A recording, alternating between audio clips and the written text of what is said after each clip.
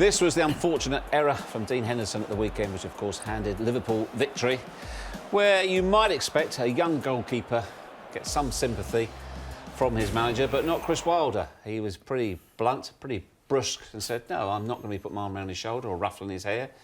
He should have made a fairly comfortable save there. Do you think he's right or he's wrong?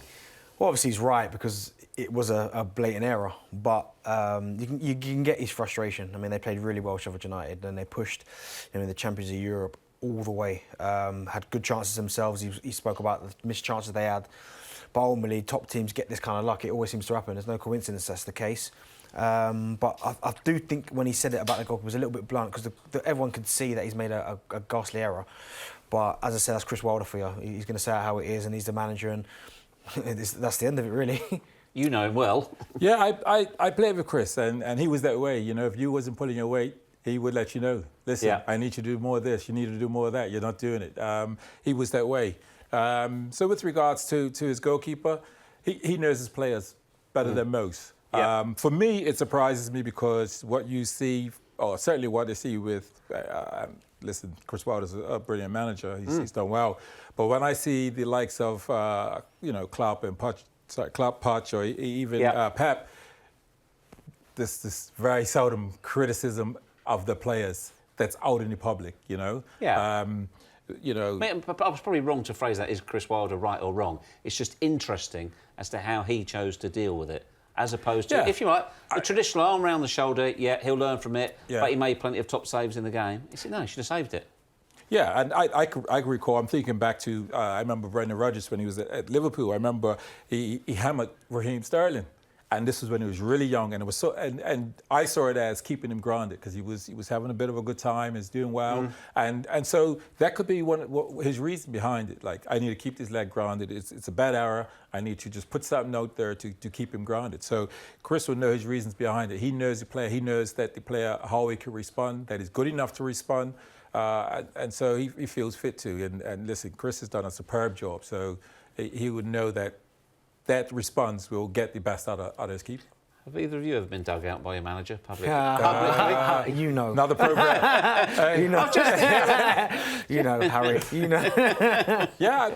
Well, come on, tell us, remind everybody and what it was like for you. No, I mean, obviously, he didn't obviously dug me out, but he just said, obviously, I missed the header against Portsmouth, Harry Redknapp. Yeah. And he said his wife could have scored the header, which obviously people saw. That's why obviously you brought it up, because I'm sure. That's why you brought it up. But yeah, I mean, at the time, I remember thinking, like why has he come out and said that? Like, and as a player, you just think, like, I would have preferred him to obviously hammer me to in the dressing room, said you should have scored that, but then it come out like it did. But obviously, years later, when I think about it and we laugh and joke about it, when I see Harry now, it's just one of them things that he's just come out with. He didn't mean it personally. It's just one of them things. He's frustrated. He wanted to win the game, and he's come out and said it.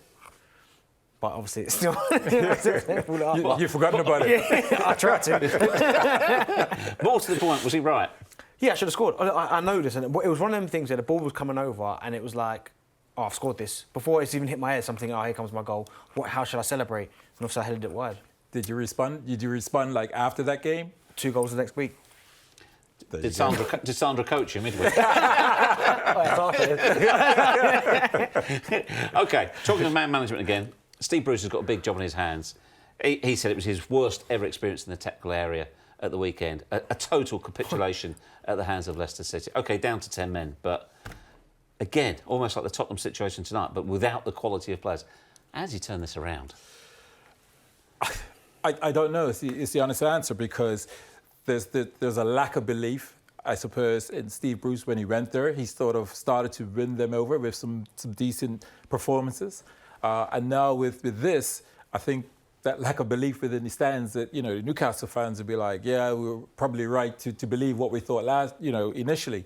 So listen, he's been there for many clubs, and he knows to try to get through this period. But he's just got to get the best out of his players. And when I listen to his post-match remarks, he didn't dig out players because he knows he's going to need these players.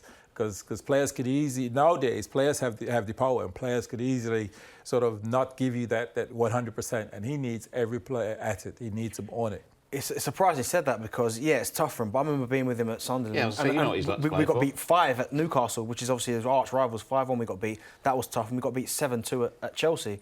And to be fair, he always managed to pick himself up from them results. And you talk about 5-1 to Newcastle's the worst result. I mean, being a Sunderland player and losing that to your arch rivals. But he'll know how to get the best out of them and get the boys back on side. But I do feel there's a lack of quality there as well. I mean, they can run as much as they want and really try and work hard for him. But if the quality's not there, I mean, they lost their two best players probably last season in Rondon and went to Leicester. Ayoze Perez. Perez, yeah. They're two of their best players. They went. And it's tough, and we all know that Rafa's working miracles down there on a limited budget. So he's probably he's looked at the job and thought, well, I still believe I can do something there, which I think he can do.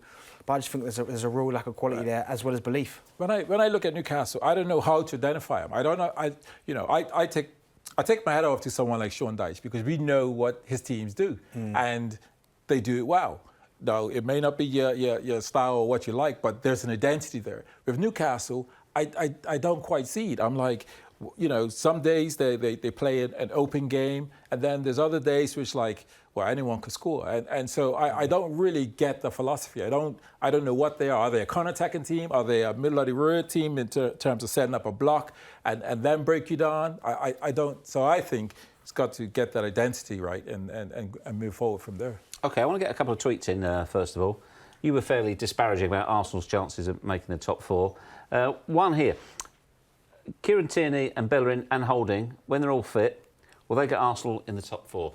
They could do, yeah, because I've been crying out for Rob Holding to come back for the longest time, because I think he's their best centre defender. So I think when they get them three back... Is that a game changer, if they've got those three in their back four? Oh, 100% game changers. I mean, Hector Bellerin, we know what he can do. Even though I like Maitland-Niles at right back, I think he's done well. Rob Holding at centre-half is better than Socrates. Like, a proper defender, Rob Holding. I think he's the best defender in the squad. And Tierney, they pay a lot of money for him, and we obviously see what he can do we've seen what he can do for Celtic. So I think them three there will make a massive difference. In fairness, Chambers did well at right back as well, didn't he? He did, yeah. Especially when he got booked so early on. Yeah.